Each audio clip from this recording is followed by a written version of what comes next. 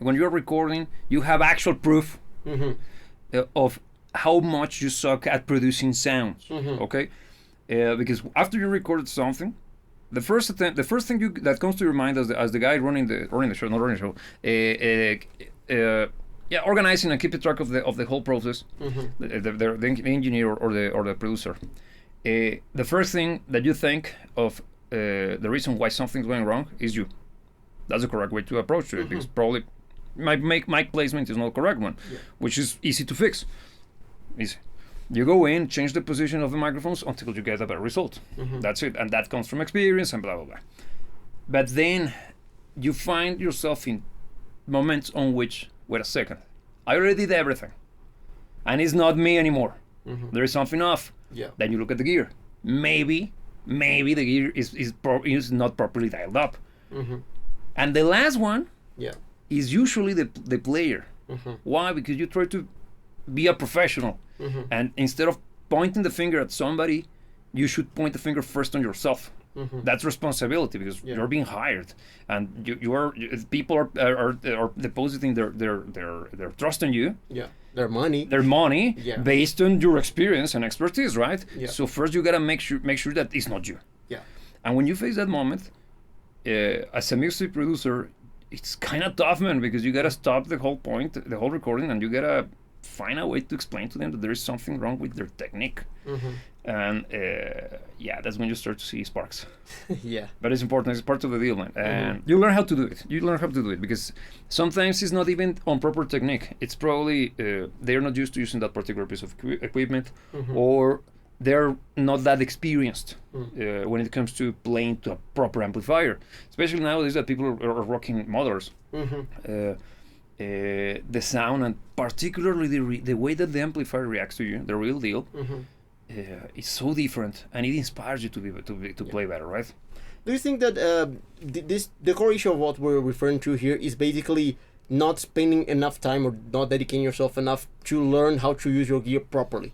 Do you think the development of IRs and modelers and stuff like this actually kind of amplified this problem? Get it? Yes, totally not intended. No, yes, I 100% agree, and I even think that it's created, it has created a huge new generation of people who might be very good here, but are terrible at developing tone, because they grew up working with presets. First of all, if you're not familiar with the terminology, a preset, as the name implies, is basically a set of parameters already preset for you, and modelers and digital stuff is abound with those coming out of factory, because they are there for you to have an idea or get a taste of what the unit that you bought is capable of doing, right? They are not necessarily speaking meant to be used as the core of your sound. They're there to showcase, well, everything. For example, over there I'm looking at some of my gear over there. There is a TC Electronics. That guy over there. TC Electronics EGM 2 is a fantastic sounding, retro sounding. Yeah, because at this point it's almost 20 years old. Multi-effects unit from the early 2000s. And it sounds very, very good. The thing is that it comes loaded with 27 presets that I have never used in my life, because I just went through them just to have an idea of how they sound like, and then I worked on them. The issue is that plenty of people, since they are so good, this is one, and I play to that one. They never stop to actually analyze the intricacies between the different elements of the signal path that turns something from something to something else. And it's a huge problem, man. Because not only the sound of their music, it's basically cookie cutter. The way they perform and the music they write is gonna be a derivative of that cookie cutter sound. Yes, 100%. So it's one of many reasons why modern music sucks so much. What do you think? I agree 100%, because sound is one of the core elements of inspiration for a musician as well. Yes. So if you're not experimenting, you're not actually crafting your own sound, you're just sticking to presets. Basically, what you're doing is not allowing yourself to be inspired by new sounds or by your own take on a sound. I don't necessarily think that presets are a problem in its existence. No. I think there's a bad culture around presets, because, for instance, presets can be very useful in getting to a place faster, because it can be a good starting point for something. Yes. Let's say you're dealing with a very, very in-depth plugin that has many ramifications.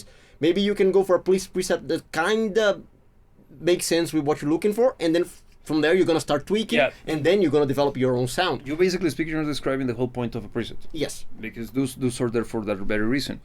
But when it comes to developing the sound of your own instrument, it's basically you crafting the sound of your voice, of your musical voice, right? Regardless of being a singer or not, because even singers, depending on how well they learn to use their microphone, their sound is going to change. There are very good examples of great singers who knows how to use the microphone based on the proximity effect and the distance between them and the microphone itself. That they create certain emotions, or even sound design to a certain degree. Yeah. Right? EQing themselves just by learning how to position themselves. So you see that it's not only exclusive to mechanical things, because a microphone is basically the only gear a singer has to acquire. And for example, a singer myself, I recommend any single one of you who are singers as well watching to get a microphone that fits your voice. Not because you see Celine Dion rocking, I don't know, a Neumann, whatever. You should get that one, just because she's an amazing singer. Chances are that the microphone won't work for you. So you have to find the one that makes the best, that gets the best out of your sound. Yeah. And you'll see that you will develop your sound based on that as a singer.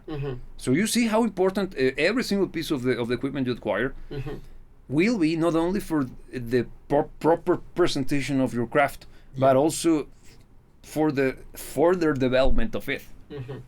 Definitely. When it comes to drums, for example, we already had this discussion. We're about to invest a little bit on drum equipment, and we were discussing the kind of cymbals that should be acquired. I happen to be a sucker for the Zildjian, the K series. Fantastic sounding cymbals, high quality, very very high standard when it comes to the QC. The quality control is outstanding. Very very precise. Yeah, they're very consistent. Yes, they're not affordable, but they are also non-prohibitively expensive. No. But they are on the upper echelon of the cymbal game. Yeah. Why? What can you tell them? Why was it so contentious? The thing is that you can get something that sounds good. There are plenty of things that may sound good. Yeah. But there is something that may sound correct. And the Zildjians, though the case specifically, but there are other lines as well. Yeah. They became standards in the industry because they are the ones that most frequently sound correct. I agree. It doesn't mean that they are the only good cymbals ever. They are not the only good sounding cymbals ever. But the consistency in which they deliver quality for most applications is what positions them as standard. Exactly. And one of the points of the conversation was how much of that sound will inspire you to play in a particular fashion. Because those cymbals, and for those of you recently joining the conversation, this is not exclusive to drums, okay? But depending on the sound that you get while playing, your entire performance will change dramatically. Because coming back to the whole thing with guitar and guitar pedals, if you get a proper overdrive on your board, the solo that you're about to record is gonna react to it, and you're gonna play completely different. If you didn't have the pedal. 100%. And on drummers' side, for instance, let's say you're only carrying with you always a couple of crashes that are very very trashy. Yes. And you're playing music that is not trashy. You might avoid crashing because of it. And you're gonna change the song. The playing is gonna be completely different. The drum part is gonna be different. It's gonna be shaped around that sonic characteristic of your gear. And if you think about it, the entirety of the band, the entirety of the performance is going to be tailored or affected by those decisions made by the drummer. Just because the guy is cheap enough not to buy the appropriate set of cymbals for that gig. So buy proper cymbals. But for real, because when it comes to drummers, I think cymbals is the most important aspect when it comes to this. Because you got so many options. They are relatively more affordable than buying an entire new kit. And you can entirely change the sound and the vibe of your kit just by swapping certain cymbals. I'm a huge proponent of a drummer owning a collection and developing that collection. Yeah, because the way I look at cymbals is the same way as I look at pedals for guitars. Yeah. Because sometimes the best pedal you got is not the best for that song. And especially in the recording environment, being the studio that I am, having options is what makes or breaks the record. Yeah. As simple as that. And in a live show, I recommend getting something that it's versatile enough and having the oddballs that could save your ass in certain points. Because it's impossible to replicate what you got in the studio. No, but look, the thing is, if you spend time playing around with different sounds, and good thing is, we live in a time where for most instruments, there are ways to do it not that expensively. Because let's say on the case of guitar players, you can try different amps with models. And you can try a platter of different amps and vary your sound through that. As a drummer, you don't need to buy a shit ton of drum kits. You can actually get an electric drum kit and you can get different drums inside of it. Or even better, you can get a very, very affordable drum kit and connect it to MIDI, and through that test different libraries and have an idea, because it's not gonna be the same, but the idea is to develop the hearing and the perception and the taste for it. But look, the point that I'm trying to get to is that once you have the opportunity to experiment, you allow yourself to come up with your sound. Then it's time to procure that real instrument, let's say the amplifier or the actual drum kit, the actual set of cymbals, that is going to be your sound. But you had to kind of go through a period of experiment in order to find that sound. It's a period of development, basically.